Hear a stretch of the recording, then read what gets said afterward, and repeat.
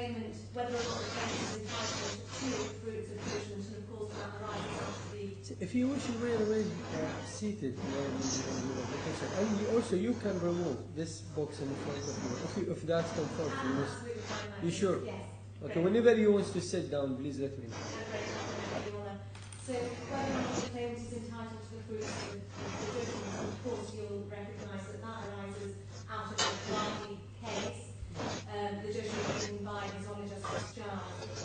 The second question that the court will have to determine is whether or not the appeal will be stifled, and this is something that my own friend has given you extensive submissions on today. The third question that the court will have to determine is if in the event the stay is granted, whether or not there is any risk to the respondent in enforcing the award, the judgment order. The fourth consideration for this court is that if the stay is refused and the appeal is successful, whether or not there is any risk to the applicant of recovering the monies. Excuse me, would you please keep the mic again away from the paper? Because it's me, I think it might be the other side. Yes. Because I'm hearing. I'm talking to Mr. Ravinder. If you keep the mic. No, certainly. Sorry, we'll be absolutely clear that the paper won't be anywhere near the microphone. Sorry if that's affecting the. Mr. Brown, it's slightly opposite because we're getting quite a lot of sort of background. The thing is, in truth, we're not moving any paper at all. Are you hearing a noise right now? No, now it's okay. Yeah.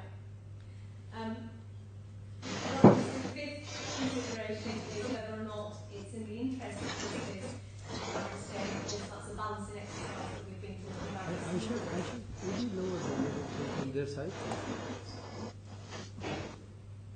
Yes. Now, if I can first invite Your Honour to turn up the respondent's bundle of authorities, and it's tab 6. And I just want everyone to refresh themselves in relation to what His Honour Justice Giles said in the Grafik case. And if we start from paragraph 20,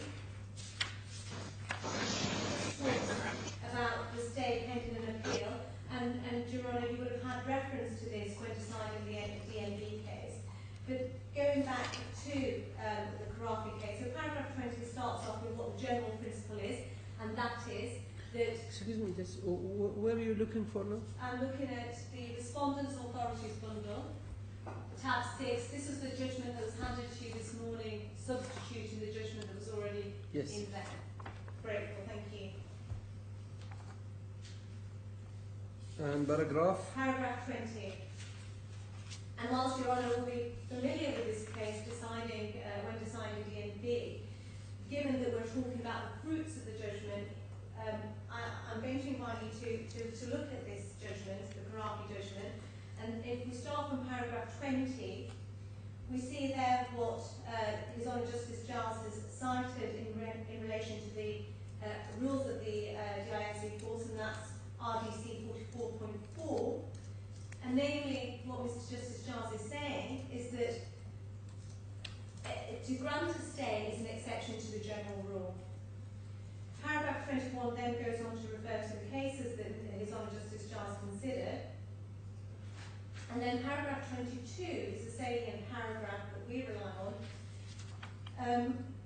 These cases of differences in expression and emphasis that follow may be taken from them. Grounds for a stay must be established by the applicant. Successful party at trial has a decision in its favour and is entitled to the fruits of that decision unless the applicant does so.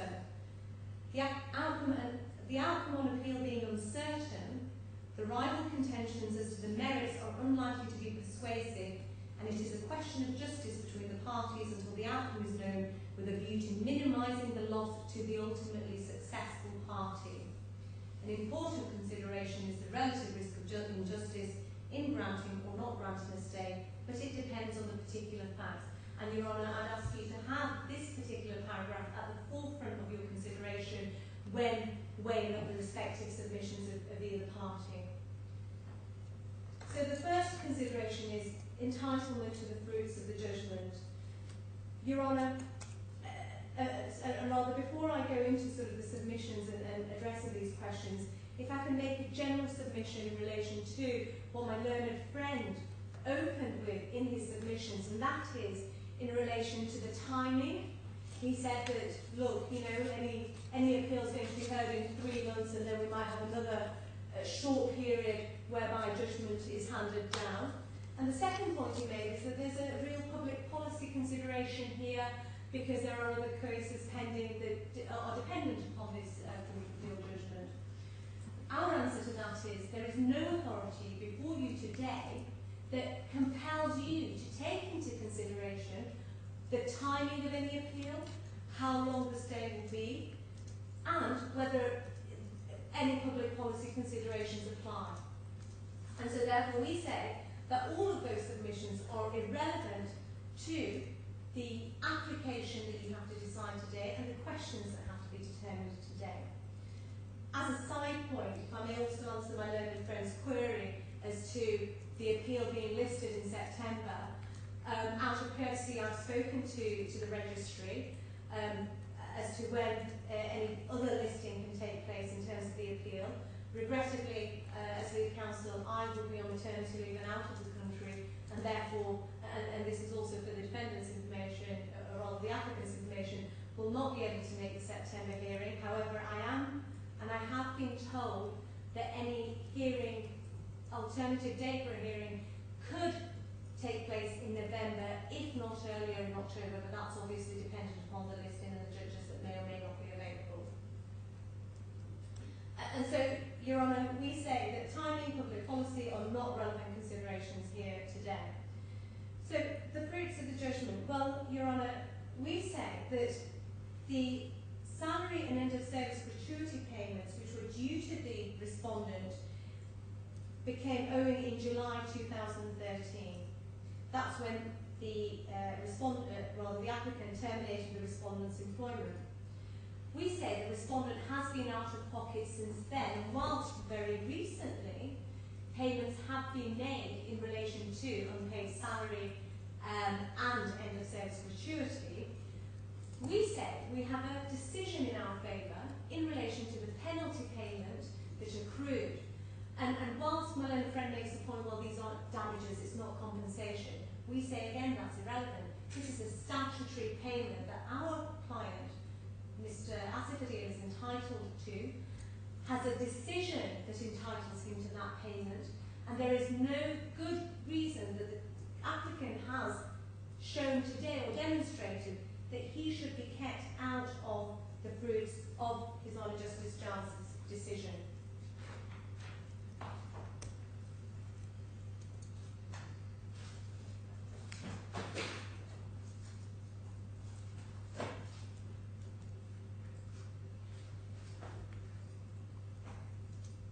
If I can just turn into the decision that was made, invite Your Honour to turn to the hearing bundle, tab 10, which is His Honour Judge Giles's decision, and it's paragraph 343.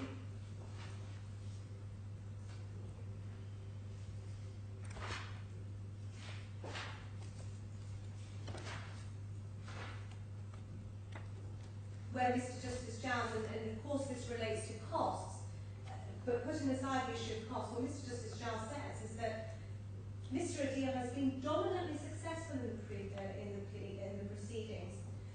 With that in mind, there is no good reason why the claimant in the lower proceedings and the respondent here should be kept out of the fruits of his judgment. The second question for determination before you in relation to this application is whether or not the appeal will be stifled. Now, Your Honour, you've heard extensive submissions from Mr. Grant, my learned friend, in relation to there being a real risk of the appeal being stifled. We say there is no evidence before you that the appeal will be stifled. It's for the first time today that we are hearing that the applicant may not be in a position to pursue the appeal if the stay was not granted. It's not in Mr. Sequeira's witness statement, nor has it been ever put forward as a submission Are you previously. saying for first day or for first stage of a proceeding you hear this from? The first time we've heard that the appeal may not, that the respondent may not be able to pursue the appeal if a stay was not granted. Oh, you have not seen it in their submission? No. I see. In light of this submission, if I may just invite you to turn up the respondent's authorities bundle, and it's the case of Hammond Suddart, which is at tab 2 Of the hearing bundle? of the respondent's authorities bundle.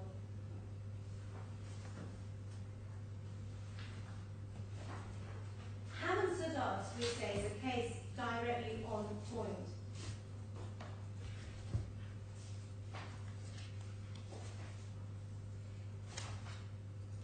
If I can invite Your Honour to turn to paragraph 8 of the judgment. Right. And this was an application for a stay, and it set out there that the basis upon which the stay is sought, and I'm looking at paragraph 8 halfway through the paragraph, the basis upon which the stay is sought is that the appellant is in an extremely poor financial position, and that, if the stay is not granted, enforcement proceedings by the respondents could result in the appellant being able to pursue its appeal.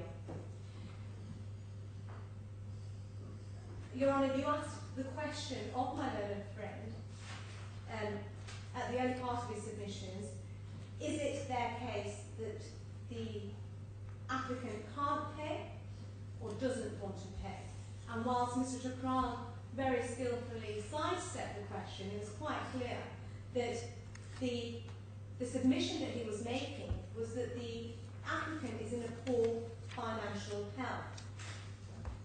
Well, if that's the case, then even more reason not to grant the stay, we say.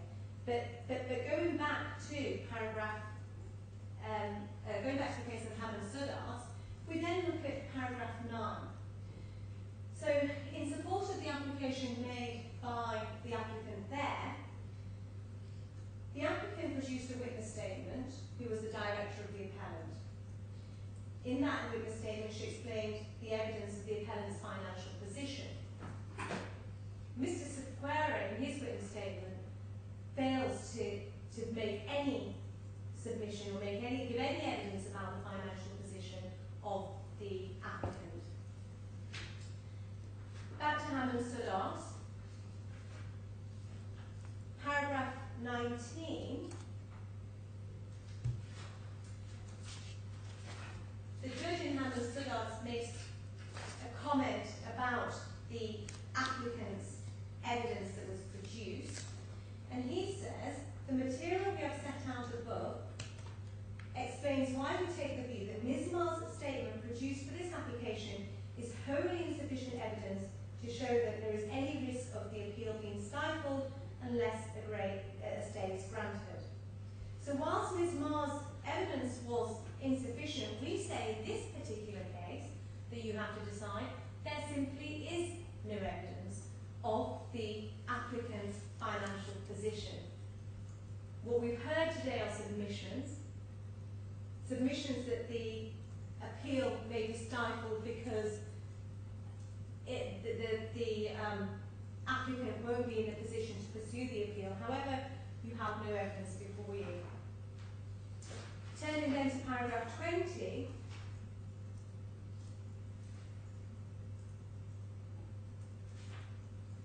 before it can properly grant a stay, the court needs to have a full understanding of the true state of the company's affairs. Simple assertion, particularly if it is scarcely consistent with previous assertions, is not enough. Thus, in the instant case, we would have expected the appellant to produce accounts showing precisely what its trading and financial position is and how it has changed since 1998 in order to evaluate the risks of allowing enforcement to proceed in the ordinary way.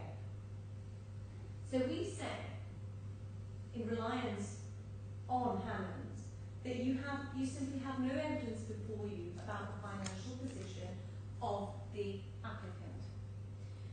Now, there is another ancillary point here as well, and that is the questions that we've asked in relation to the applicant's financial status. And my learned friend makes the point that the authorities, and he takes it to authorities and says that the mechanism by which this information was sought was incorrect. There's no compulsion using the Part 19 request procedure for the applicant to provide that information. But we say in our submission that rather misses the point. The point isn't how we sought the information. The point is that it's for the applicant to show cogent and clear evidence about the financial position of the applicant. Had, for instance, they provided the information that we sought, then it may be that this application may not have been opposed. Maybe the respondent would have been satisfied of the applicant's ability to pay any judgment sums. However, the failure to provide information voluntarily, even outside of the Part 19 procedure, draws an inference that if a stay is granted, then it's unlikely that the applicant will be able to satisfy the judgment debt, particularly in circumstances where the appeal may be unsuccessful. In any event, Your Honour, not only was the information sought by way of a Part 19 request, but it was sought outside of the Part 19 rules by way of a letter sent on the 18th of August 2015, and that letter is in the hearing bundle behind tab 19 at page 229.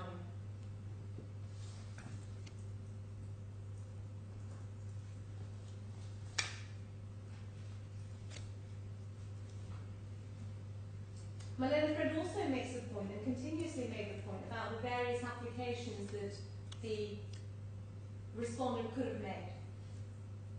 Could have made a freezing order application. He could have made an application in terms of the timing of the application. He could have made an application for somehow preventing or rather for somehow asking the applicant for information about its assets. The assets investigation. Yes. Your Honour, Mr. Asif Adil is a claimant who's paying for these proceedings out of his own pocket. He's not somebody who's he's not somebody who has deep pockets. He's an individual as compared to the respondent company. And therefore, Your Honour, we say that that has to be taken into account in relation to the money he has spent thus far to get to a successful judgment. Just because applications aren't made at the drop of a hat doesn't necessarily undermine his position in terms of the information that he seeks, or in terms of whether or not he can pay any judgment or pay monies back should the appeal be successful. So we say that that's not a point that ought to be taken into account.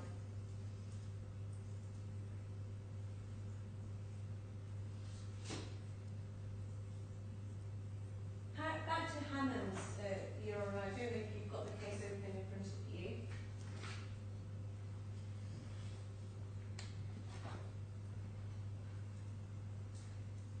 Turning then to paragraph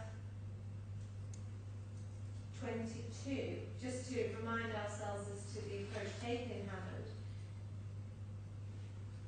talks about CPR Rule 52.7, which is clearly the equivalent of the state provisions in the RDC. By CPR Rule 52.7, unless the appeal court, the lower court, orders otherwise, the appeal does not operate as a stay of execution of the orders of the lower court. It follows that the court has a discretion whether or not to grant a stay. Whether the court should exercise its discretion to grant a stay will depend upon all the circumstances of the case. But the essential question is whether there is a risk of injustice to one or other or both parties if it grants or refuses the stay. In particular, if the stay is refused, what are the risks of the appeal being stifled? We say that there are no risks or no evidence before you that the appeal will be stifled. And what is clear, however, that the applicant is continuing to finance the appeal. which leads me on to paragraph 23 of the Hammonds case. For the reasons which we have given, we are not persuaded that there is any significant risk of the appeal being stifled if a stay is refused. On the contrary, it seems to us that the appellant will continue to finance the appeal in whatever way it is doing at present. Moreover, if the stay is refused and the respondents are able to enforce the judgment, it is not, as we understand it, suggested that there is any risk that the respondents will not repay any sums recovered in the meantime if the appeal succeeds. And then that leads me on to the next question, Your Honour, and that is whether or not there's a real risk that the respondent won't be able to pay if the appeal is successful. But I think there is an important point in here as well. When it says where the court shall exercise discretion to grant a stay will depend upon all the circumstances. This is, you were saying something that, look, some factor that the court should not look at all. And instead of looking at the evidence of that kind of fact or circumstances given by the applicant or something. Yes, well, we say that the submissions that the applicant made early on in his submission was that the timing is important, so that if a stay is granted, it's only for 3 months, and that public policy considerations should be taken into account. We say that those aren't questions for you to decide. They're not the circumstances of this case. They're the general circumstances surrounding the importance of the decision. It's circumstances of this case that has to be taken into account. Right. So, question, the risk that the respondent will not repay the sums recovered in the meantime. If I can turn to the respondent's skeleton argument, it's paragraphs 28 to 31 that deal with this.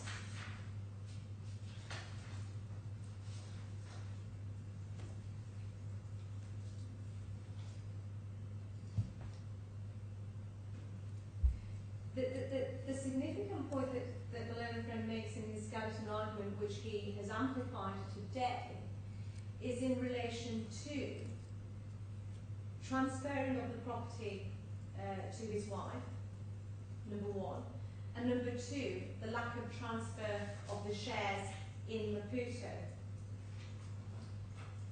Again, these are submissions made in the skeleton argument. Yeah, that was his last point, I guess. I beg your pardon? That was the last 2 points he raised, I guess. Yes. In regard to the risk, yeah. Yes, and then residency as well. Right. If we can turn to tab 3 of the hearing bundle, which is Mr. Skikara's witness statement.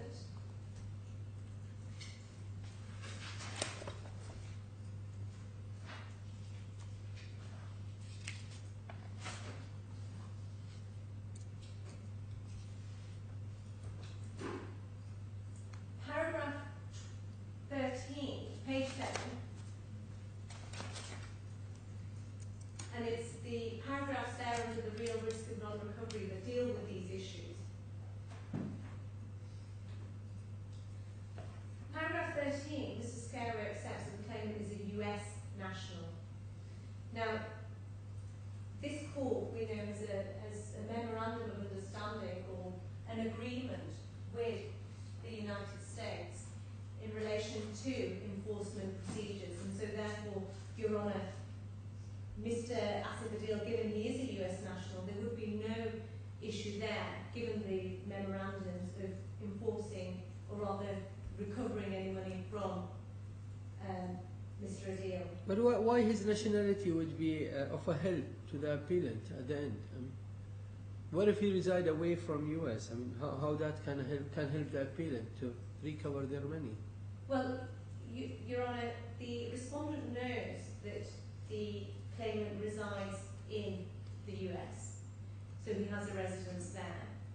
The respondent makes positive assertion that. Well, I didn't know if they know he resides in US or not. They're saying he is a US national, and his residence is uncertain. They don't know if he resides in US. That's what's written in the statement, isn't it? That's correct, Your Honour. And that's what I'm saying. Why this is of a help to the appellant? Well, Your Honour, what they do say is that he may be a resident in Maputo, and what the The respondent says in his witness statement that, and if I can turn to that, it's page 220, paragraph 12. The order of the Mozambique court, which Mr. Sequeira refers to in paragraph 15 of his witness statement, dated 30th of April, does not state that I'm a resident in Maputo. It simply states Asif Adil, business address, provided therein. And what he says is that that's an office address for Frontline. I do not reside in Maputo, although Frontline is located in Maputo, and therefore what is clear that where he is reside. This is just saying where he resides, isn't it? Well, Your Honour, he's got a residency visa for the UAE, which expires at the beginning of next year. You can have residency visa for many countries, Ms. Ahmed. Yes, well indeed. But Your Honour, the point is, in terms of recovering money, now, my learned friend talks about attitude of the Mr. Adil in terms of not transferring the shares, and what my learned friend is saying, that this attitude conveys. Well, that's another point. I mean, I don't know if you're jumping into another point now. You have not finished. I mean, what you take me through, first of all, what is the nationality going to help, and then you jump into the residency, then you jump into the credibility or the attitude of your client.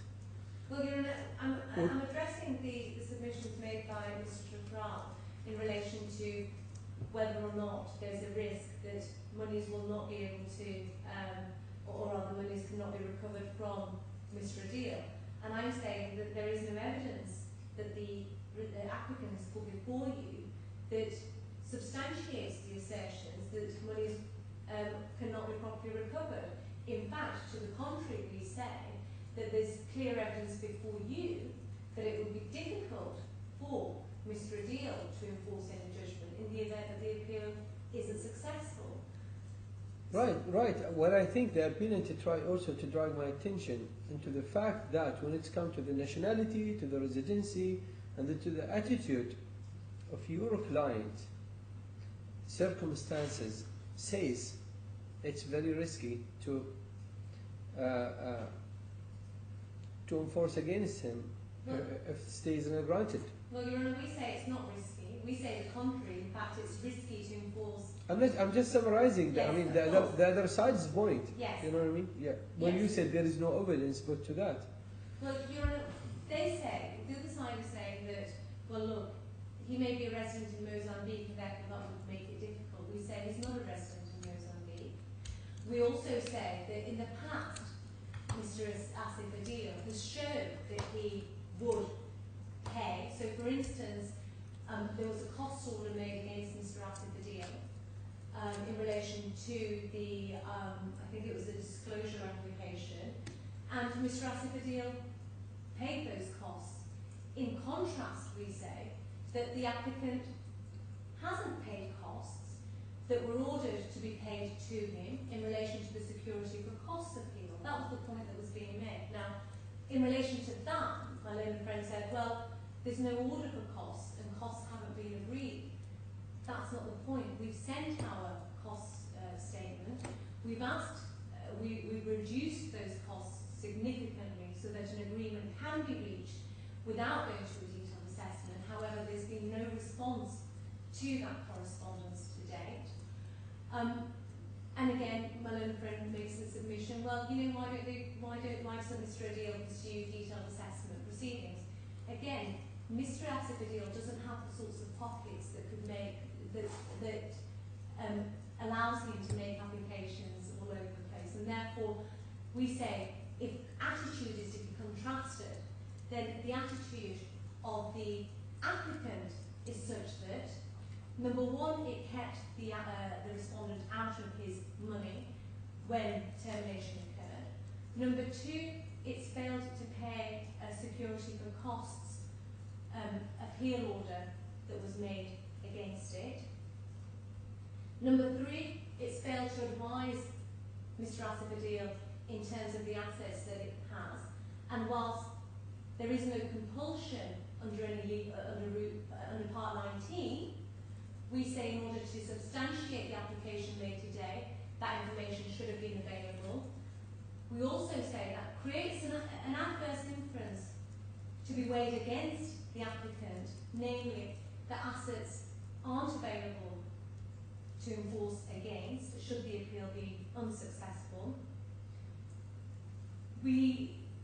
Tukral admits that the applicant is in a difficult financial position. It's in the red.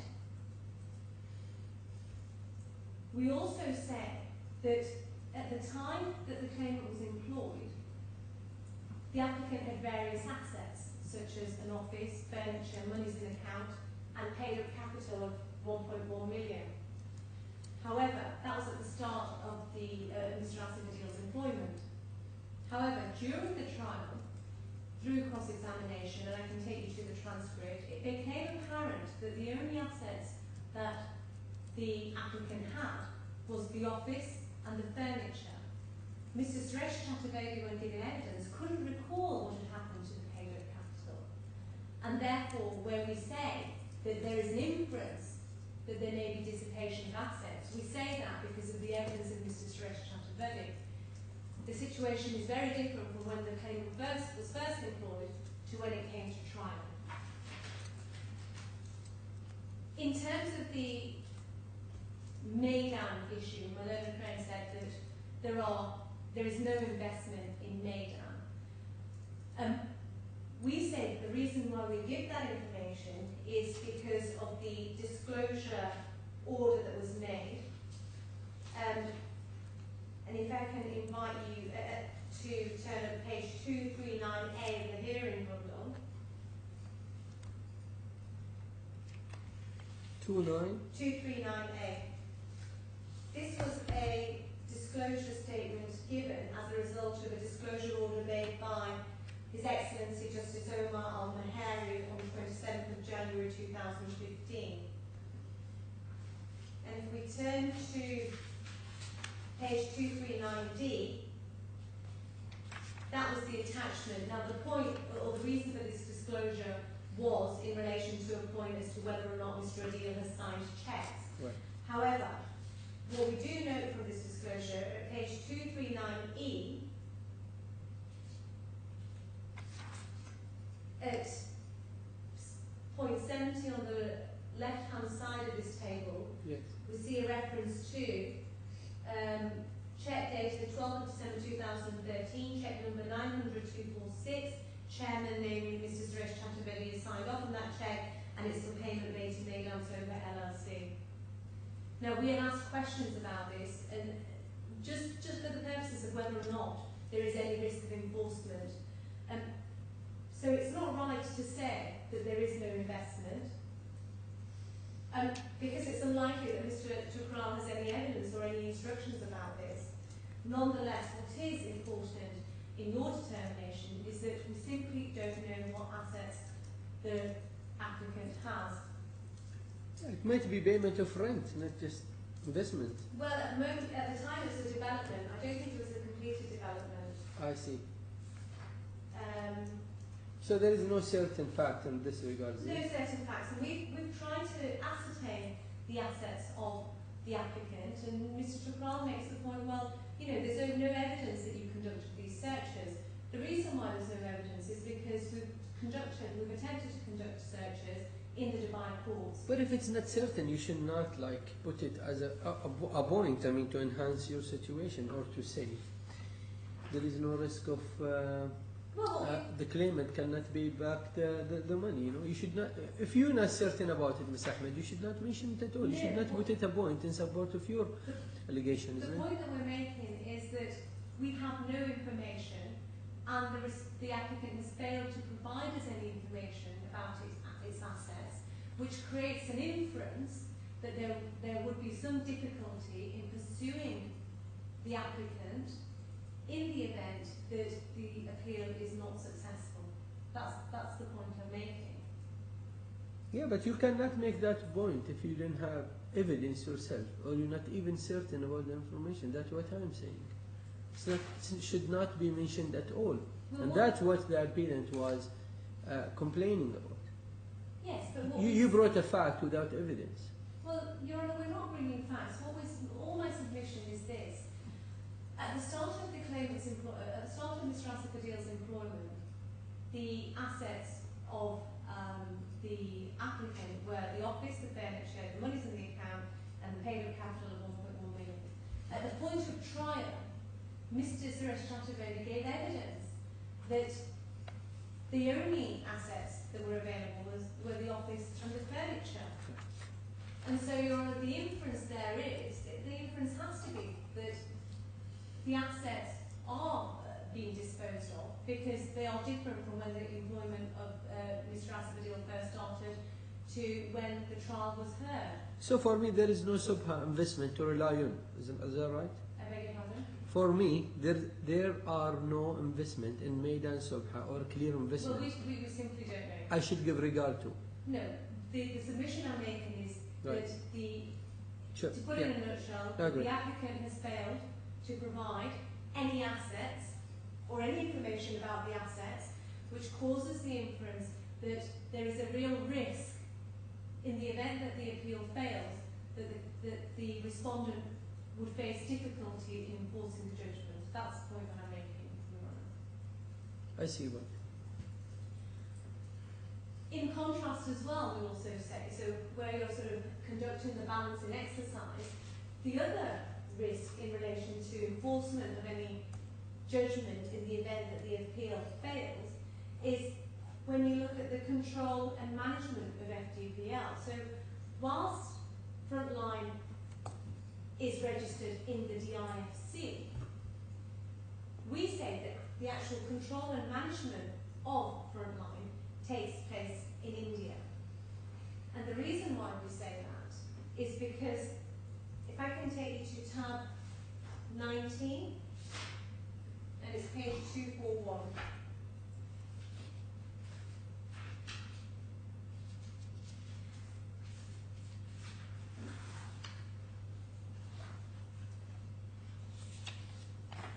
Yes. So page 241 is the sort of company printout of the information in relation to the company, and of course we say that we see that the commercial license validity is it expires on the 27th of June 2016, and Your Honour made a comment that it wouldn't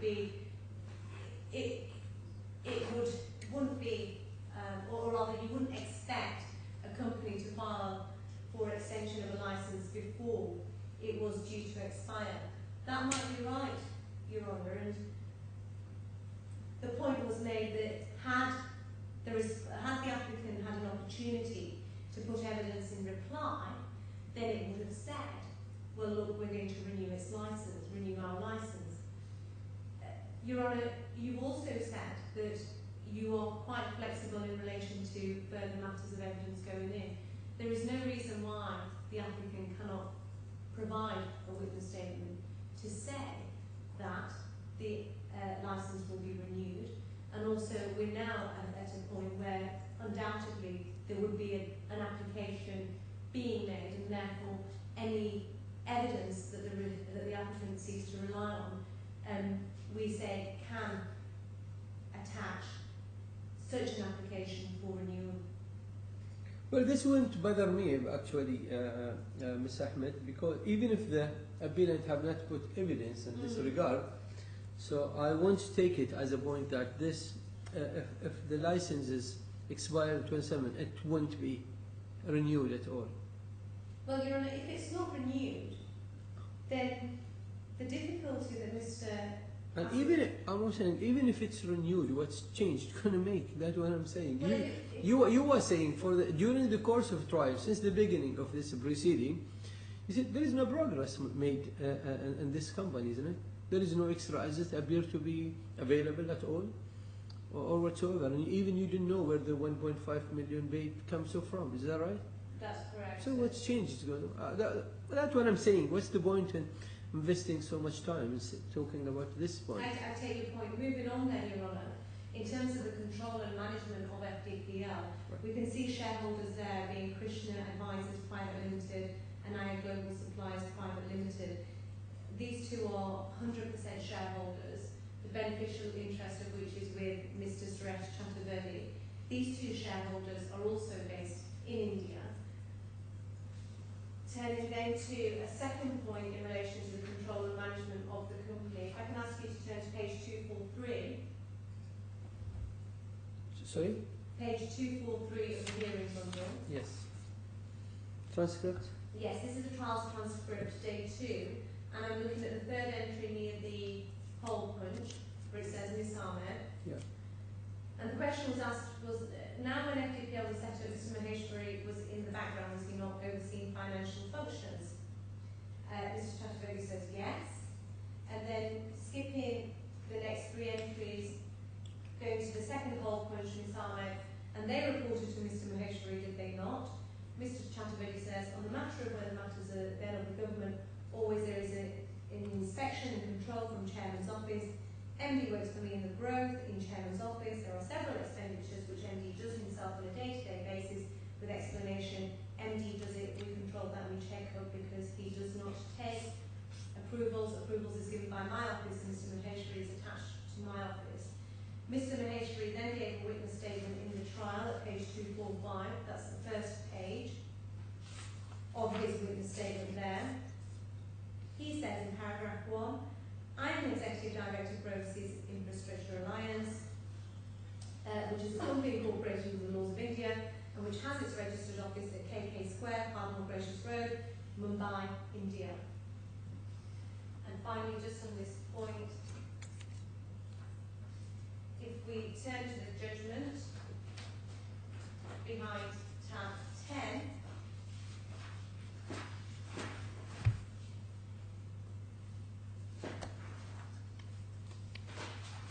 and it's paragraph 9, page 113.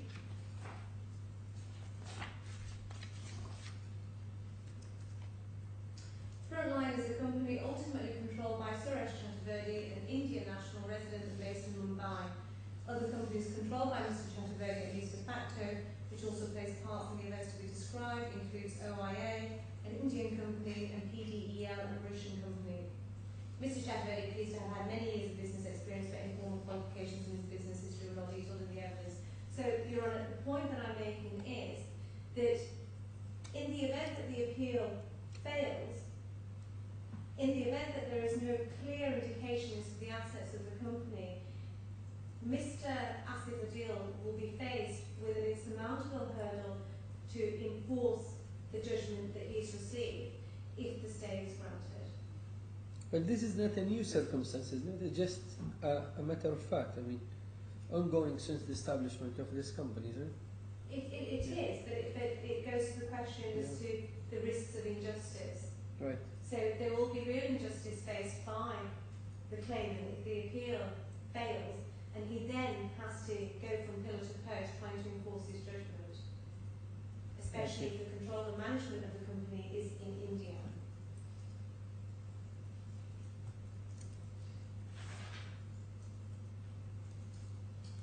Going back then, again contrasting the attitude of Mr. Adil, the respondent, against the applicant.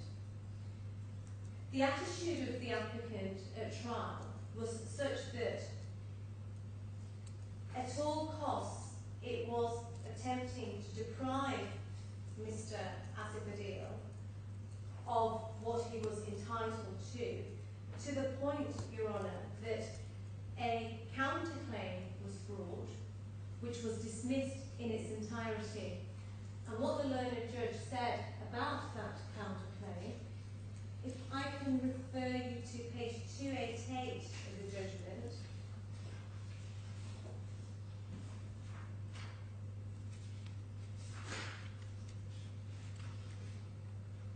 (188). 288, page 178, at the bottom.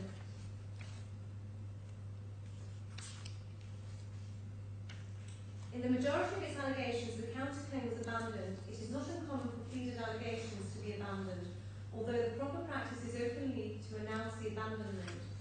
I have earlier noted the raft of conduct alleged by Frontline as conduct justifying termination for cause, a deal of which was not part of Frontline's case at trial. It is of the utmost importance that practitioners plead only that which can be reasonably supported. The extent of the discrepancy between Frontline's pleaded defence and counterclaim and the case it maintained may serve as a reminder of that professional obligation. This, we say, is clear of the attitude of the applicant, namely that it hauled a whole raft of allegations against the respondent, which couldn't be substantiated, which were then abandoned in an attempt to deprive Mr. Asif Adil of his statutory and legal and contractual entitlements. And therefore, this should be a factor that should weigh up in the balance as to where the injustice lies. My learned friend, in trying to paint Mr. Asif Adil as somebody who is a person that, despite admitting that that PDEL was entitled to shares, hasn't paid those over, we say the submissions made in this regard by my learned friend are disingenuous. Namely, because what the applicant hasn't submitted is that the reason why those shares weren't transferred over was because, and this was an issue at trial, or rather something that was discussed at trial, was that PDEL had failed to pay up the contribution towards those shares. Now, Mr. Tuchral referred you to the Maputo judgment, and Your Honour asked the question as to what's happened to those proceedings. The application for an injunction that was referred to in that order has been dismissed. As I understand now, there are civil proceedings afoot. What we say in relation to that, or rather the submissions made by my learned friend, are that, again, they are irrelevant to the considerations that you need to have, particularly because the proceedings aren't between Mr. Asif Adil and FDPL, the applicant. The proceedings involve a wholly different entity, which is PDEL. Furthermore, there is no evidence before you in respect of the claims that are being made, in respect of any defence that may be raised, and there is no evidence before you as to the arguments that are being made in the Mozambique cause in relation to the transfer of shares. And therefore we say there ought to be little regard paid to the submissions made by my learned friend in respect of the transfer of shares. We say it's irrelevant.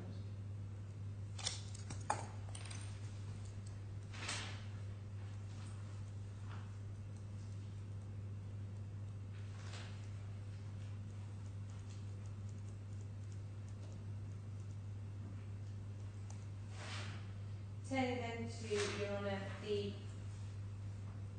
strength of the appeal, and my learned friend took you to the case of Leicester Circuits, and I think it was paragraph 13, whereby he invited you to consider the perceived strength of appeal when exercising the balance of interest. We say, Your Honour, that it's, again, insurmountable hurdle for you to try at this point and assess the merits of any appeal. What we have is a judgment in our favour at this moment in time. You have not seen any submissions or any skeleton argument from the respondent to the appeal, which would even go near or towards you trying to attempt the perceived strength of any appeal. My learned friend refers to the case of Talim and says, well, you know, that sets precedent that the court is entitled to look at a purposive approach when construing legislation.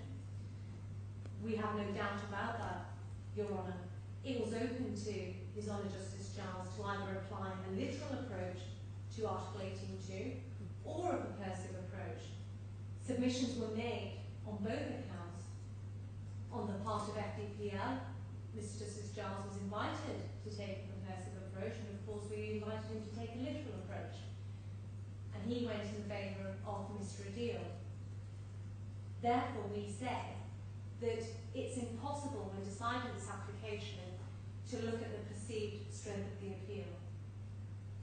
And in any event, we then ask you to take into account the Winchester case that my learned friend referred to, and that's in his bundle of authorities. And it's at tab 2, the Winchester Cigarette Machinery Limited case.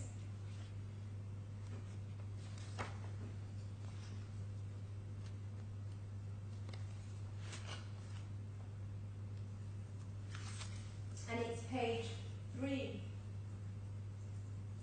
So it's behind tab 2, you said? Yes, it's in my bundle, it's behind, actually 3, my apologies. Yeah. Tab 3, Winchester Cigarette Machinery case. Yes. And it's page 3, and it's the last paragraph at page 3, which starts, "I respectfully agree." Yes. I'm going to read from the fourth sentence from the bottom. "I do not disagree with the formulation balancing of advantage, provided that in moulding that balance, full and proper weight is given to those starting principles, that there must be good reason to deprive the successive plaintiff of the right to enforce his judgment.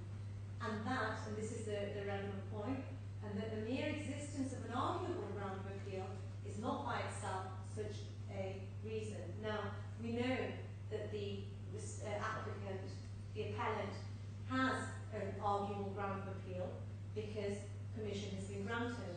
However, we say that that in itself isn't a reason for granting a stay.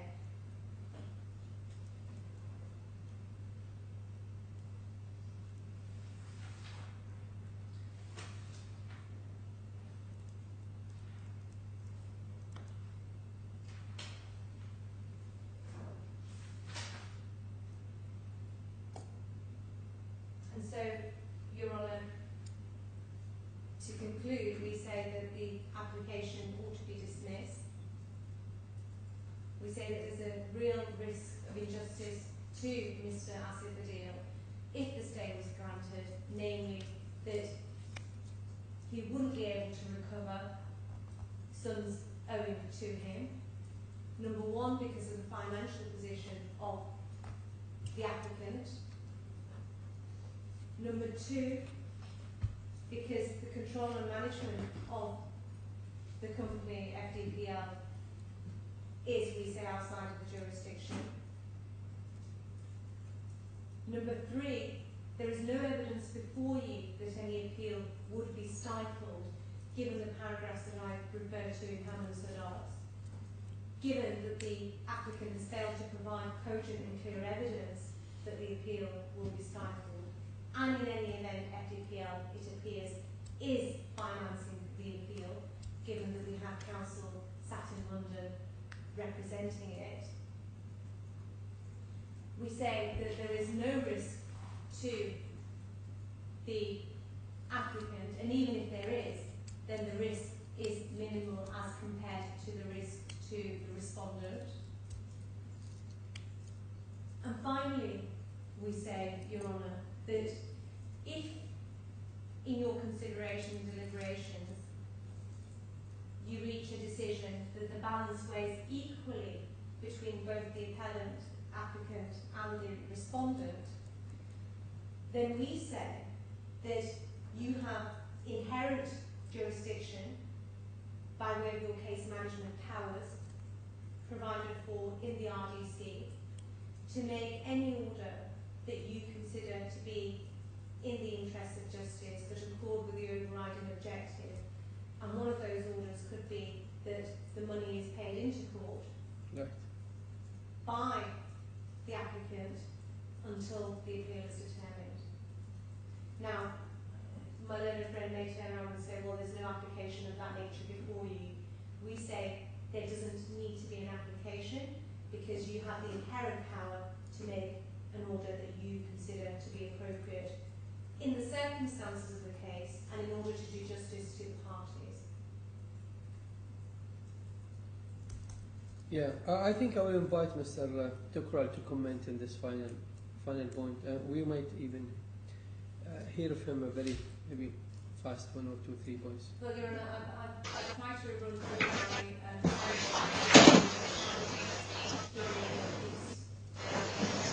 everyone's fasting, no doubt. And so, Your Honour, unless there's any particular point that you would like me to address in the submission.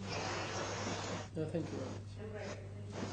Yes, Mr. Tafar, you might start with the last point, was the payment into the court's account instead of which would minimize the risk you're referring to that you could not recover if the money goes to the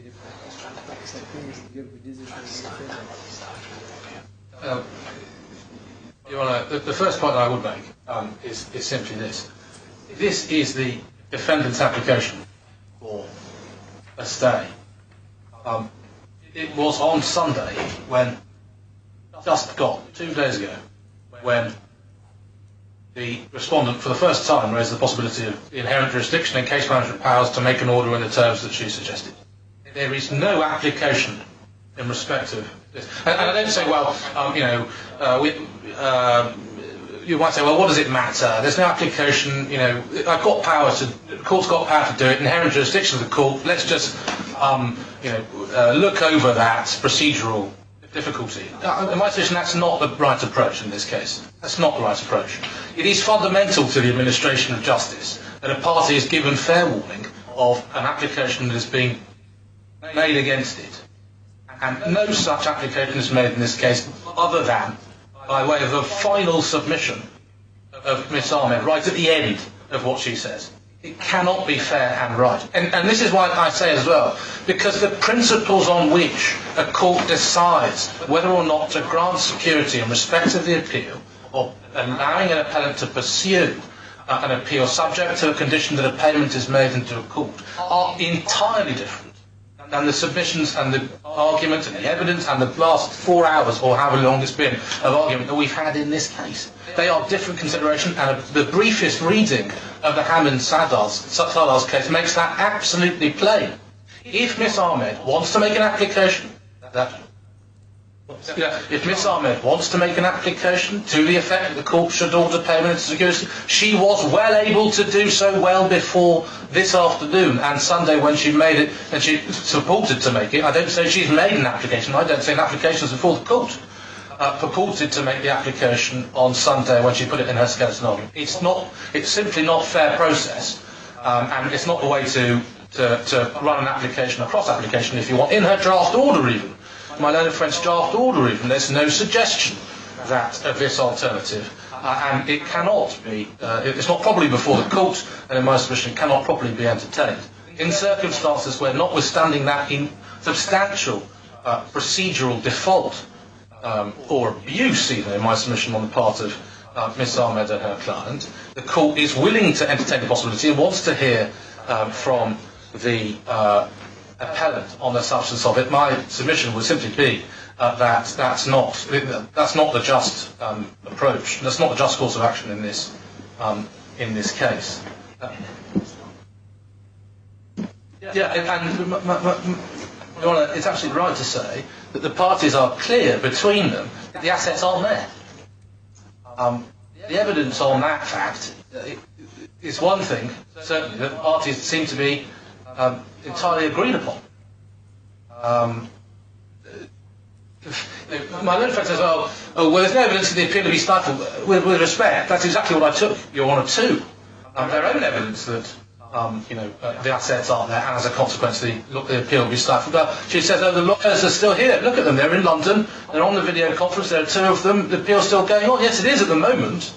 But in circumstances where there's no stay and enforcement, the position may well be very different.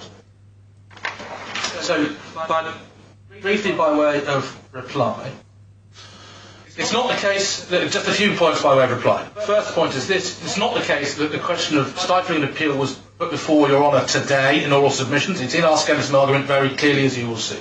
2, in respect of Hammond Sadar's and the extensive reliance that my learned friend placed on Hammond Sadar's, the fact of the matter is, as Justice Giles made absolutely clear in Karafi, it all depends on the facts of the case. and that goes to the quality of the evidence that's required to establish whether or not the case for a stay is made out. It's, in my judgment, it's hopeless to say, well, in this case, this is the evidence that was relied on, and that's clearly nowhere near what's being relied on in the present proceedings. On that basis, I win. That doesn't work. The circumstances are everything. The factual circumstances, everything. In this case, we have the judge himself saying what the position is in 2013. We have the respondent himself saying, so far as he's concerned, there's no assets in 2015. In letters, constant letters about where the assets are. I'm concerned, not just where the assets are. It's important to recognise that. Not just where are the assets. I am concerned about your ability to satisfy the judgment, and so I make this request for information as to the assets.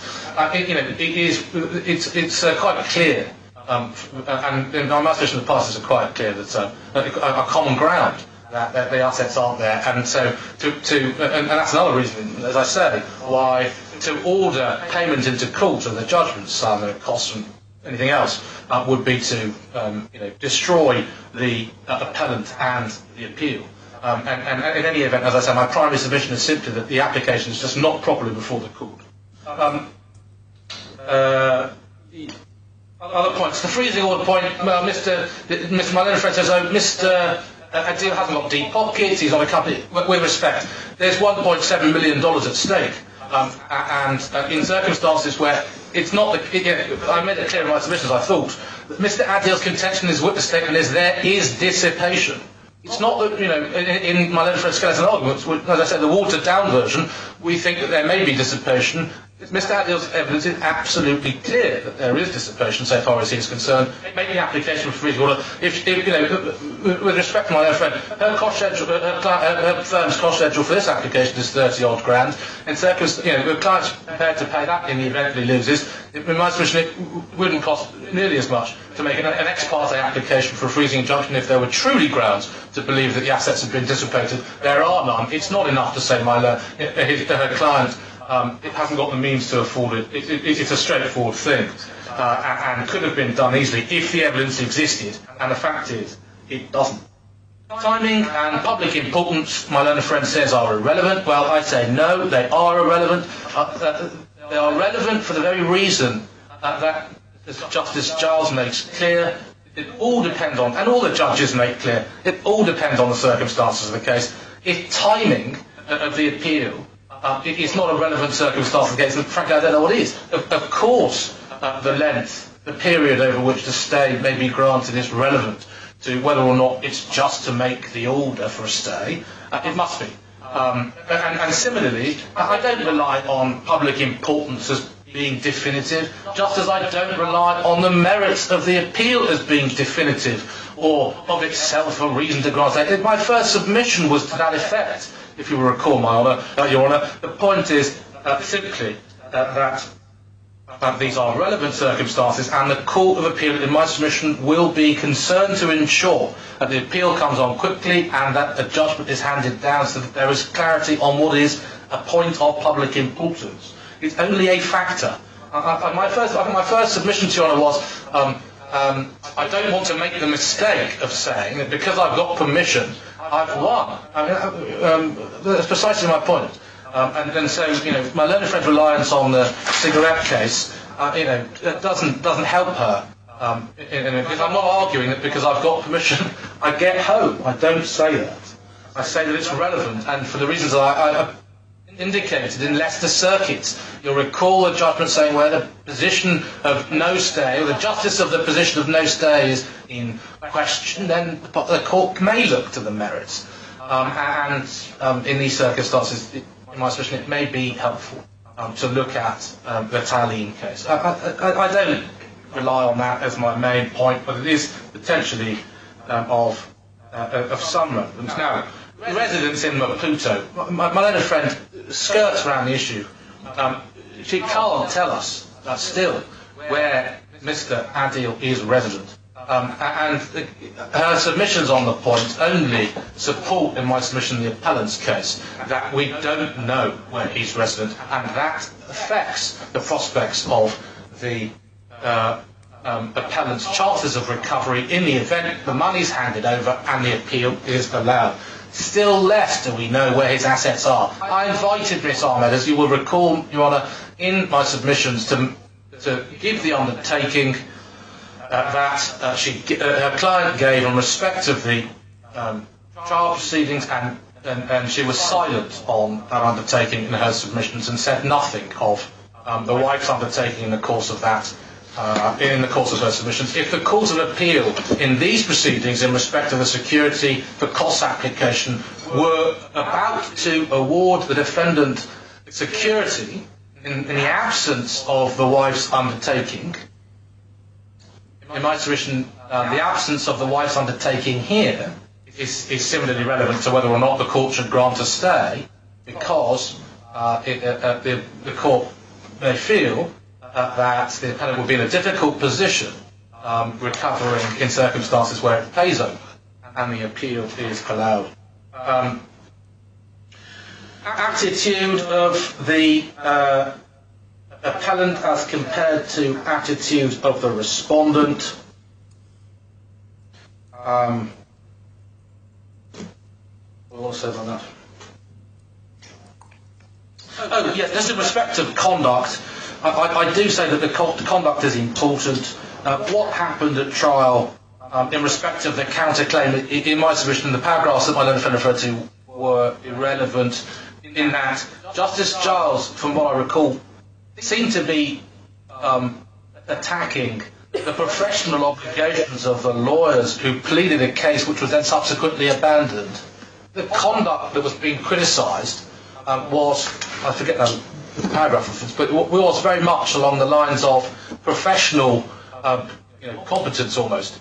And there was nothing in the paragraphs that my learned friend went to which dealt with the front lines dealing with a counterclaim. And in any event, what counts is the appellant's response to the order. $400,000 odd has now been paid to the respondent by way of end of service, by way of equivalent of payment of sums in lieu. And that is substantial. That's a substantial sum of money. But the additional 1.7 million and pursuing the cost of appeal is inevitable in my submission to the small company. Given the financial difficulties it will face, we'll find it very difficult indeed to obtain, to prosecute the appeal.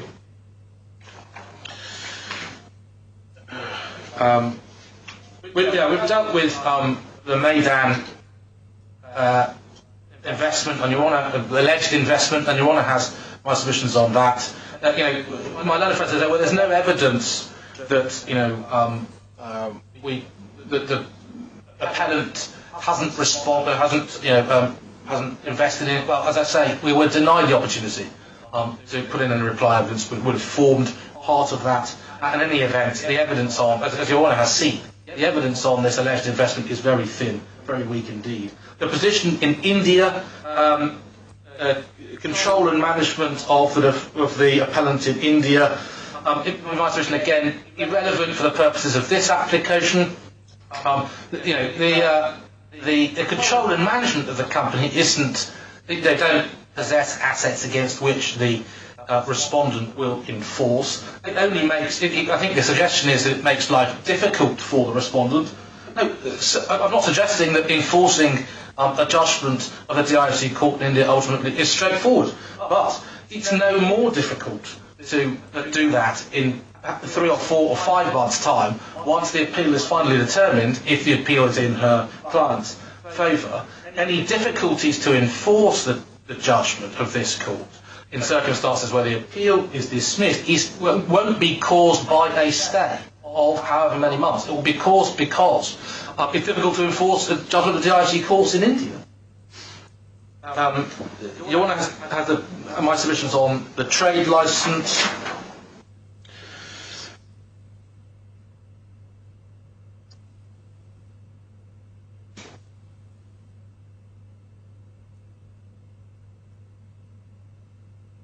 And in respect to the position on the Maputo shares, the Frontera shares, my own friend says, well, there are payments outstanding, there's a live dispute, this isn't evidence that her client won't pay.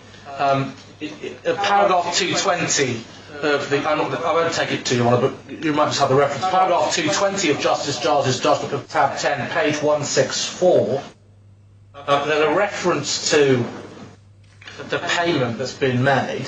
The payment is alleged to be needed to be made, but no finding on that fact. In any event, my submission is very clear. I referred you on to the paragraph of Justice Giles' judgment where the entitlement to the shares was conceded and recorded as being conceded by Mr. Adil, and nonetheless we have difficult proceedings which my learned friend confirms are ongoing and complicated. It's extraordinary, my submission, to think, and while I don't know the full details of the Mozambique proceedings, I fully accept that.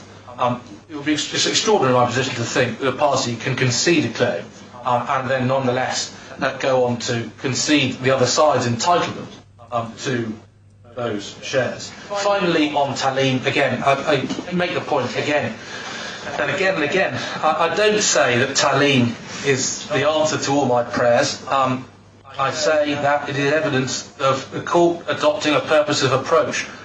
The Court of Appeal adopting a purposive approach. It would be negligent in my submission if I didn't draw this court and the Court of Appeal's attention to a recent decision of the DIC Court of Appeal in which provisions of DIC law are interpreted purposively. It's helpful if that is what the DIC Court is prepared to do in respect of a practice direction for the payment of enforcement fees that looks mandatory but then is found not to be. It is helpful to my client, and that's why I rely on it. I'm not saying, as I said at the start of my submissions, and I'll say again, that that's enough for me to obtain a stay. It's not, but it's certainly of relevance to the application. Thank you, Honour. Thank you. Your Honour, can I perhaps come back to 2 points?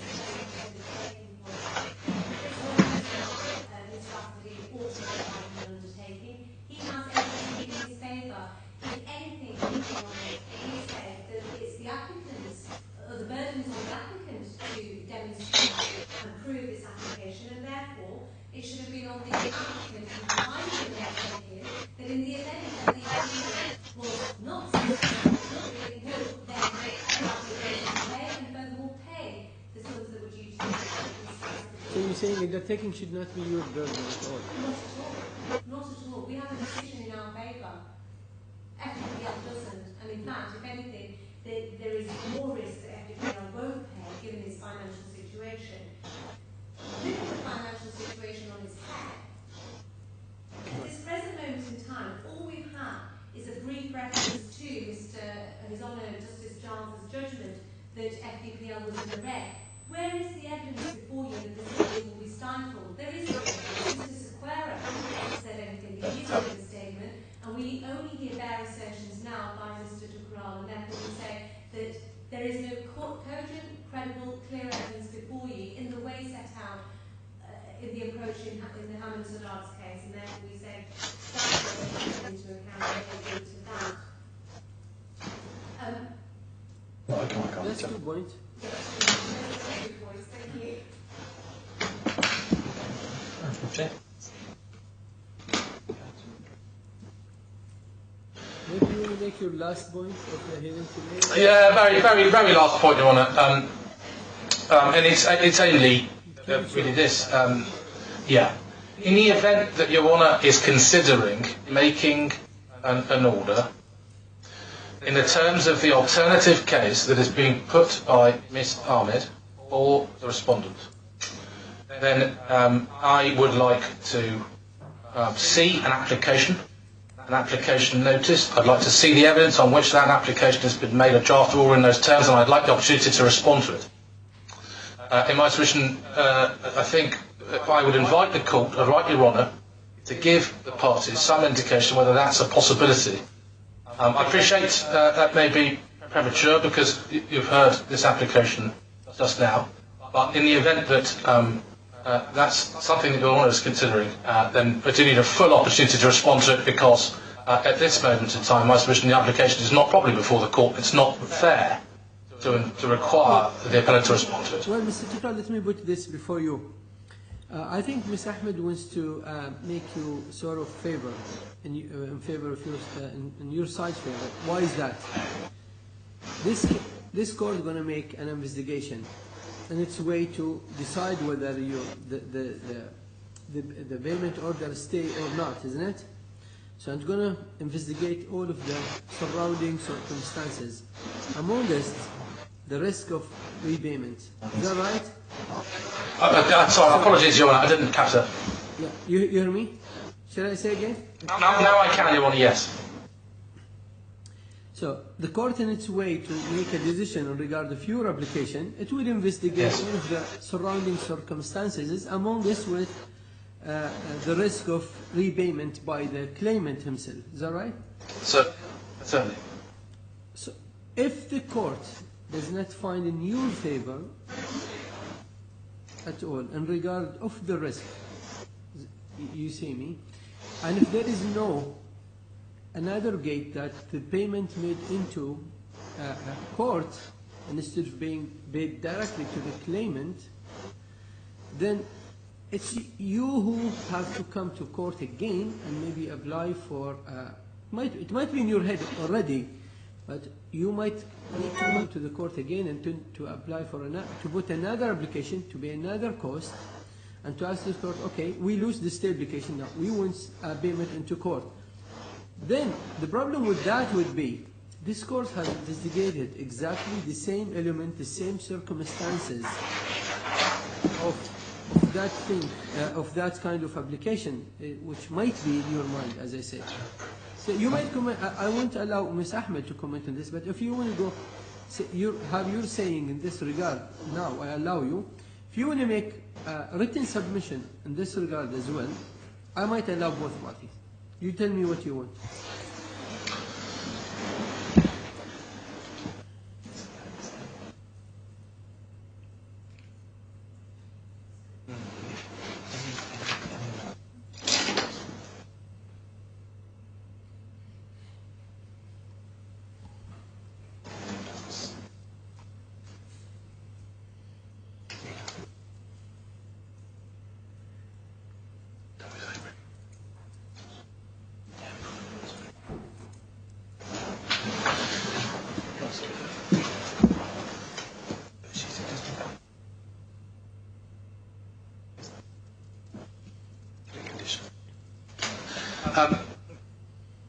So far as the appellant is concerned, Your Honour, the appellant would object to the course that's being proposed by Ms. Ahmed. It effectively reverses the burden of proof. It's her application on which there's no grounds or basis to do it. In the event, though, that Your Honour will consider the position, I would like to put in written submissions responding to what Ms. Ahmed says is the positive case in favour of granting an order in the terms that she seeks, namely that payment into court be made, or some payment be made into court prior to the termination in the event that the estate is refused.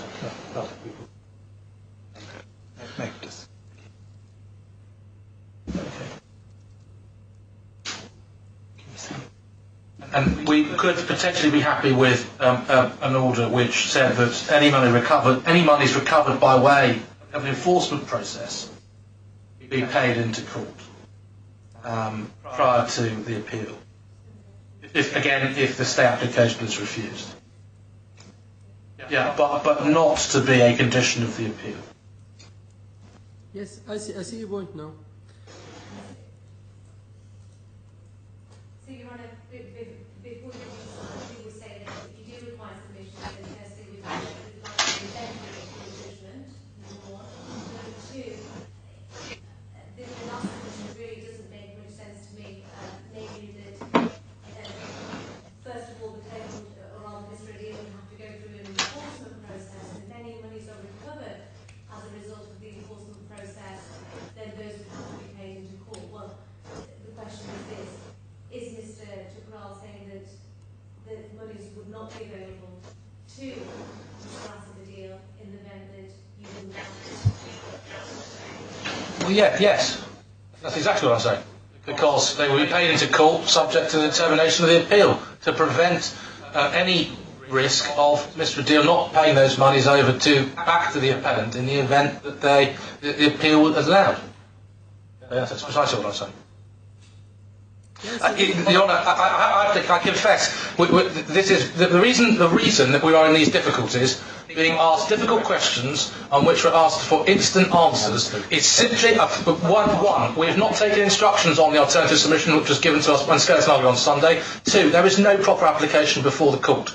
In my position, it's not the way to do litigation. If Miss Ahmed wants to pursue the application, my submission is that she puts an application in those terms. In the event Your Honour is going to consider the position, then our primary position, there should be written submissions which we put in response to what Miss Ahmed says is her case in favour of her alternative course of action.